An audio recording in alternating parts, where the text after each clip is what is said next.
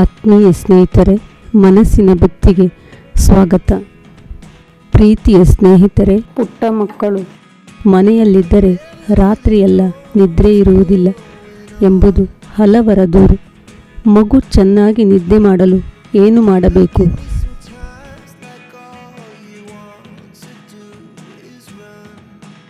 ಮಗುವನ್ನು ಹಗಲು ಹೊತ್ತು ಜಾಸ್ತಿ ಎತ್ತಿಕೊಂಡೇ ತಿರುಗಾಡಿಸುತ್ತಿರಬೇಡಿ.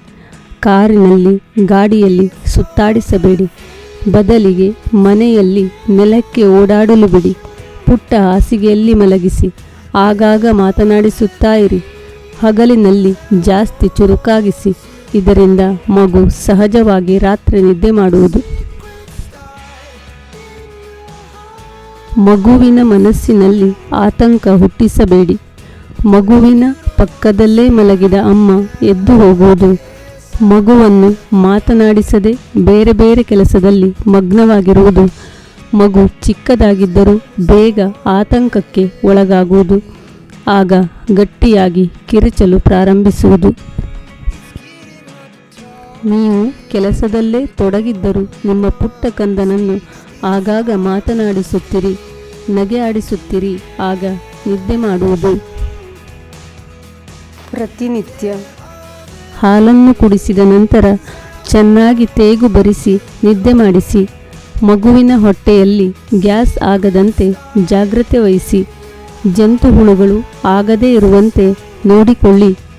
ಮಗು ಆಗಾಗ ಹೊಟ್ಟೆ ನೋವಿನಿಂದ ಬಳಲುವುದು ಸಹಜ.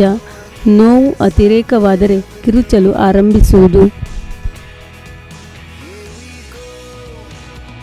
ಗ್ಯಾಸ್ಗೆ ಸಂಬಂಧಪಟ್ಟ ಔಷಧಿಯನ್ನು ಮನೆಯಲ್ಲಿಟ್ಟುಕೊಳ್ಳಿ.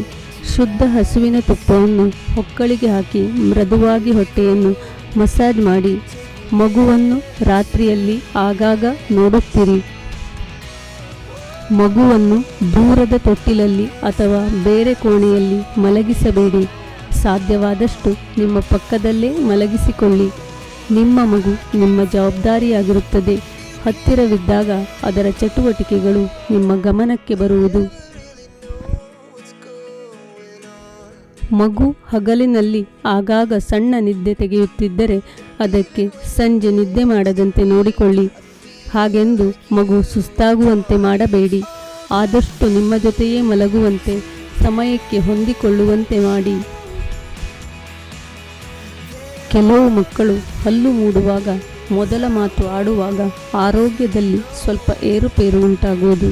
ಹಾಗೆಲ್ಲ ಮಗುವಿನ ಬಗ್ಗೆ ವಿಶೇಷ ಕಾಳಜಿ ವಹಿಸಿ ಸರಿಯಾದ ಮಕ್ಕಳ ತಜ್ಞರನ್ನು ನೋಡಬೇಕು.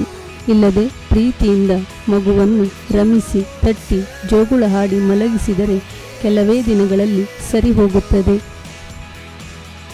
ನಿದ್ದೆ ಬಂದಾಗ ಮೂತ್ರ ಬಂದರೆ ಅಸಹಜವಾಗಿ ಎಚ್ಚರಗೊಂಡು ಅಳುತ್ತದೆ. ತಾಯಿಯ ಜವಾಬ್ದಾರಿ ತುಂಬ ದೊಡ್ಡದಿರುತ್ತದೆ.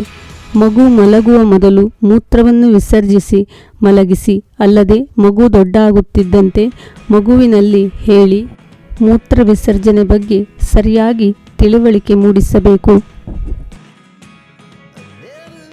ಮಗುವಿಗೆ ಆದಷ್ಟು ಡೈಪರ್ ಹಾಕುವುದನ್ನು ಕಡಿಮೆ ಮಾಡಿ. ಮಲಗುವಾಗ ಡೈಪರ್ ಹಾಕುವ ಪದ್ಧತಿಯನ್ನು ಅಳವಡಿಸಬೇಡಿ. ಇದರಿಂದ ನಿಮಗೆ ನಿಮ್ಮ ಮಗುವಿನ ಮೂತ್ರದ ಬಗ್ಗೆ ಗಮನವೇ ಇರುವುದಿಲ್ಲ. ಮಗುವಿಗೂ ಸಹ ಮೂತ್ರದಲ್ಲಿ ನಿಯಂತ್ರಣ ಇರುವುದಿಲ್ಲ ಮತ್ತು ಅದರ ಅರಿವಿಗೂ ಬರುವುದಿಲ್ಲ.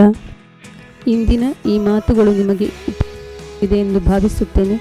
ಇಷ್ಟವಾಗಿದ್ದಲ್ಲಿ ನಿಮ್ಮ ಸ್ನೇಹಿತರೊಂದಿಗೂ ಶೇರ್ ಮಾಡಿಕೊಳ್ಳಿ. ನಾಳಿನ ವಿಡಿಯೋದೊಂದಿಗೆ ನಿಮ್ಮ ಮನಸ್ಸಿನ ಭಾವನೆಯ ಜೊತೆ.